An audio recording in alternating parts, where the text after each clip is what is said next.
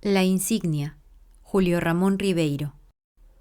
Hasta ahora recuerdo aquella tarde, en que al pasar por el malecón, divisé en un pequeño basural un objeto brillante. Con una curiosidad muy explicable, en mi temperamento de coleccionista, me agaché y después de cogerlo lo froté contra la manga de mi saco. Así pude observar que se trataba de una menuda insignia de plata, atravesada por unos signos que en ese momento me parecieron incomprensibles. Me la eché al bolsillo y sin darle mayor importancia al asunto, regresé a mi casa. No puedo precisar cuánto tiempo estuvo guardada en aquel traje que usaba poco. Solo recuerdo que en una oportunidad lo mandé a lavar. Y con gran sorpresa mía, cuando el dependiente me lo devolvió limpio, me entregó una cajita diciéndome: «Esto debe ser suyo, pues lo he encontrado en su bolsillo». Era, naturalmente, la insignia, y este rescate inesperado me conmovió a tal extremo que decidí usarla. Aquí empieza realmente el encadenamiento de sucesos extraños que me acontecieron. Lo primero fue un accidente que tuve en una librería de viejo.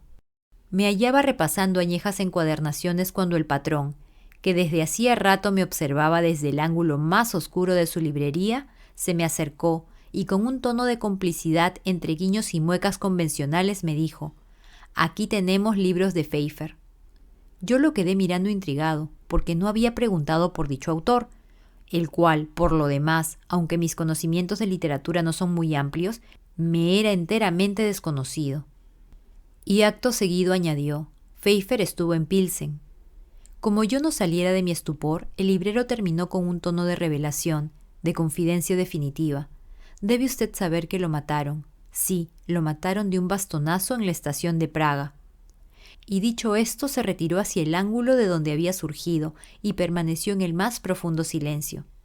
Yo seguí revisando algunos volúmenes maquinalmente, pero mi pensamiento se hallaba preocupado en las palabras enigmáticas del librero. Después de comprar un libro de mecánica, salí desconcertado del negocio. Durante algún tiempo estuve razonando sobre el significado de dicho incidente, pero como no pude solucionarlo, acabé por olvidarme de él. Mas, pronto, un nuevo acontecimiento me alarmó sobremanera. Caminaba por una plaza de los suburbios cuando un hombre menudo, de faz hepática y angulosa, me abordó intempestivamente, y antes de que yo pudiera reaccionar, me dejó una tarjeta entre las manos, desapareciendo sin pronunciar palabra. La tarjeta, en cartulina blanca, solo tenía una dirección y una cita que rezaba: «Segunda sesión, martes 4». Como es de suponer, el martes 4 me dirigí a la numeración indicada.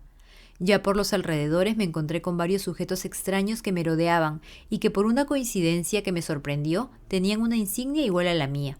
Me introduje en el círculo y noté que todos me estrechaban la mano con gran familiaridad. Enseguida ingresamos a la casa señalada y en una habitación grande tomamos asiento.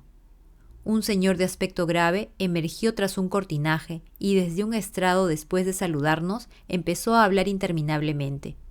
No sé precisamente sobre qué versó la conferencia, ni si aquello era efectivamente una conferencia. Los recuerdos de niñez anduvieron hilvanados con las más agudas especulaciones filosóficas, y a unas digresiones sobre el cultivo de la remolacha fue aplicado el mismo método explosivo que a la organización del Estado. Recuerdo que finalizó pintando unas rayas rojas en una pizarra, con una tiza que extrajo de su bolsillo. Cuando hubo terminado, todos se levantaron y comenzaron a retirarse, comentando entusiasmados el buen éxito de la charla. Yo, por condescendencia, sumé mis elogios a los suyos, mas en el momento en que me disponía a cruzar el umbral, el disertante me pasó la voz con una interjección, y al volverme me hizo una seña para que me acercara. «¿Es usted nuevo, verdad?», me interrogó un poco desconfiado. «Sí», respondí, después de vacilar un rato, pues me sorprendió que hubiera podido identificarme entre tanta concurrencia. «Tengo poco tiempo». «¿Y quién lo introdujo?». Me acordé de la librería, con gran suerte de mi parte. Estaba en la librería de la calle Amargura, cuando él... «¿Quién? ¿Martín?».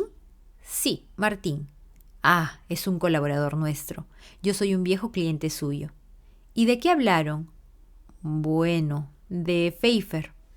«¿Qué le dijo?». «Que había estado en Pilsen. En verdad yo no lo sabía». «¿No lo sabía?». «No», repliqué con la mayor tranquilidad. ¿Y no sabía tampoco que lo mataron de un bastonazo en la estación de Praga? Eso también me lo dijo. Ah, fue una cosa espantosa para nosotros. En efecto, confirmé, fue una pérdida irreparable.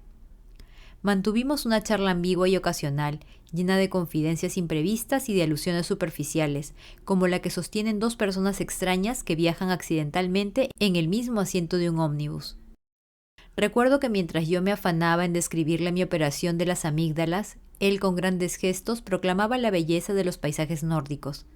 Por fin, antes de retirarme, me dio un encargo que no dejó de llamarme la atención. Tráigame en la próxima semana, dijo, una lista de todos los teléfonos que empiecen con 38. Prometí cumplir lo ordenado y antes del plazo concedido, concurrí con la lista. «Admirable», exclamó. «Trabaja usted con rapidez ejemplar». Desde aquel día cumplí una serie de encargos semejantes de lo más extraños. Así, por ejemplo, tuve que conseguir una docena de papagayos, a los que ni más volví a ver. Más tarde fui enviado a una ciudad de provincia a levantar un croquis del edificio municipal. Recuerdo que también me ocupé de arrojar cáscaras de plátano en la puerta de algunas residencias escrupulosamente señaladas, de escribir un artículo sobre los cuerpos celestes que nunca vi publicado, de adiestrar a un mono en gestos parlamentarios, y aún de cumplir ciertas misiones confidenciales, como llevar cartas que jamás leí o espiar a mujeres exóticas que generalmente desaparecían sin dejar rastro. De este modo, poco a poco fui ganando cierta consideración. Al cabo de un año en una ceremonia emocionante, fui elevado de rango. «Ha ascendido usted de rango», me dijo el superior de nuestro círculo, abrazándome efusivamente. Tuve entonces que pronunciar una breve alocución, en la que me referí en términos vagos a nuestra tarea común, no obstante lo cual fui aclamado con estrépito. En mi casa, sin embargo, la situación era confusa. No comprendían mis desapariciones imprevistas, mis actos rodeados de misterio, y las veces que me interrogaron evadí las respuestas porque en realidad no encontraba una satisfactoria. Algunos parientes me recomendaron incluso que me hiciera revisar por un alienista, pues mi conducta no era precisamente la de un hombre sensato. Sobre todo, recuerdo haberlos intrigado mucho un día, que me sorprendieron fabricando una gruesa de bigotes postizos, pues había recibido dicho encargo de mi jefe. Esta beligerancia doméstica no impidió que yo siguiera dedicándome, con una energía que ni yo mismo podría explicarme, a las labores de nuestra sociedad. Pronto fui relator, tesorero, adjunto de conferencias, asesor administrativo, y conforme me iba sumiendo en el seno de la organización, aumentaba mi desconcierto, no sabiendo si me hallaba en una secta religiosa o en una agrupación de fabricantes de paños. A los 3 años me enviaron al extranjero. Fue un viaje de lo más intrigante. No tenía yo un céntimo. Sin embargo, los barcos me brindaban sus camarotes y en los puertos había siempre alguien que me recibía y me prodigaba atenciones. Y en los hoteles me obsequiaban sus comodidades sin exigirme nada. Así me vinculé con otros cofrades, aprendí lenguas foráneas, pronuncié conferencias, inauguré filiales a nuestra agrupación y vi cómo extendía la insignia de plata por todos los confines del continente. Cuando regresé, después de un año de intensa experiencia humana, estaba tan desconcertado como cuando ingresé a la librería de Martín. Han pasado 10 años. Por mis propios méritos he sido designado presidente. Uso una toga orlada de púrpura, con la que aparezco en los grandes ceremoniales. Los afiliados me tratan de vuecencia. Tengo una renta de $5,000, casas en los balnearios, sirvientes con librea que me respetan y me temen, y hasta una mujer encantadora que viene a mí por las noches sin que yo le llame.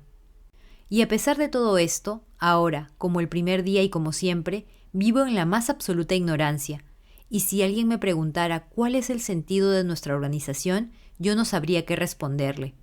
A lo más me limitaría a pintar rayas rojas en una pizarra negra, esperando confiado los resultados que produce en la mente humana toda explicación que se funda inexorablemente en la cábala.